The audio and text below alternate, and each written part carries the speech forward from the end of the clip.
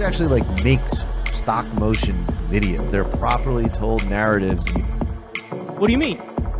I think that's the name of the channel. What do you mean with an exclamation point and a question mark? The next question, which is, what do you mean? You will learn something new in this channel. Good evening. We begin tonight with a bombshell that will blow the citizenship scandal in Canberra wide open yet again. We can reveal a legal bid to take the Treasurer Josh Frydenberg to the High Court is well advanced, with the aim of having the son of Jewish Holocaust survivors kicked out of federal parliament for being a dual citizen. National Affairs editor Hugh Riminton reports on another constitutional grenade for the federal government. Claims the Treasurer might hold Hungarian citizenship first surfaced 2 years ago, when dual citizenship forced 15 politicians out of federal parliament. But Labor didn't pursue him after a passionate defence from the then Prime Minister. It's now time that we return to the land of common sense. But a Melbourne lawyer claims the Treasurer has been treated as a special case. And in the case of Josh Frydenberg, the law hasn't been applied as it should be. Trevor Poulton claims his research concludes, under the Constitution, he should not be in Parliament. And that's based on the fact that his mother was a Hungarian citizen. The last date for voters to lodge a High Court challenge is August the 7th. Currently, I'm briefing certain constituents in Kooyong regarding filing an application which they're proposing to do. When Josh Frydenberg's mother arrived in Australia, her parents listed her as stateless. But the Treasurer's most recent declaration confirms his mother was born with Hungarian citizenship, although he says that did not pass on to him. These issues were dealt with comprehensively through the last Parliament. Another son of Hungarian Jews who escaped after the war discovered he held citizenship he had never asked for. It took months to get rid of it. This is a certificate signed by the President of Hungary and the relevant minister, which is a clear certificate of renunciation of Hungarian citizenship. Josh Frydenberg has produced no such certificate. But here's where the story twists. The lawyer bringing the case is a long-time Labor Party member who some in the party believe is a Holocaust denier, obsessed with taking down Josh Frydenberg because he's a Jew. Trevor Poulton wrote a book called The Holocaust Denier, but says that was a novel and doesn't reflect his views. I'm not a Holocaust denier at all. I have no time, nor should anyone have any time, for people who deny what is the most tragic event in world history. Before this year's out, they could face each other in court. Hugh Riminton for 10 News First. All right, guys, this time we're on Team Josh. If you are a lawyer, if you're using bits of the Constitution to try and get someone that was born here out of office, at a minimum makes you an absolute arse clown.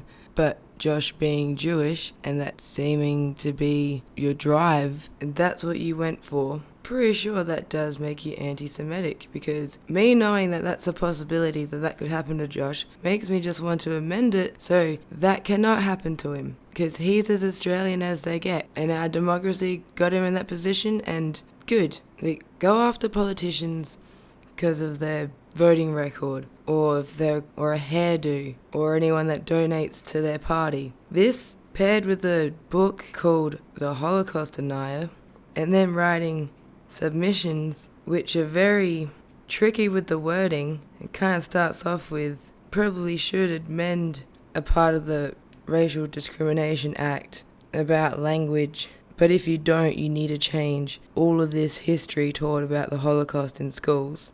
So it kind of seems like an anti-Semitic racist wins either way, with your first two cases to make how it's been weaponized by two people of colour, one in defending that section of that same act and the other one being protected by that act. So this lawyer's got a thing for racism and anti-Semitism, maybe try to sprinkle a little bit of conspiracy theory on top and try and serve it up in a free speech bowl.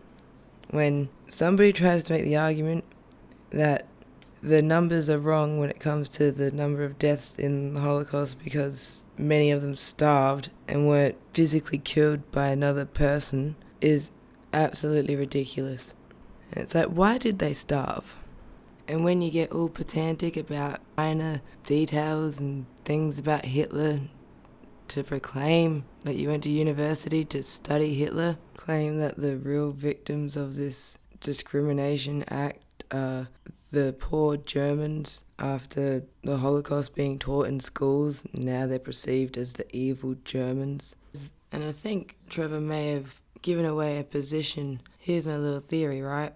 When people have started debating things with a body count, things that you just wouldn't argue for any logical reason without there being some sinister alternative motive. So when it's a debate about something a bit iffy, as Trevor showed with the Holocaust, and a debate about it, oh yeah, it happened, but the numbers are wrong, is the gateway drug to denial, and I reckon that would lead to more destruction. I call it my 3D theory. When you're debating something, probably with like a body count or something that is going to take rights away from somebody else, it's going to slide into some sort of denying something happened, denying people of something, and then the next phase of death or destruction. Or like, how's this for a parallel? Alright, I've got one.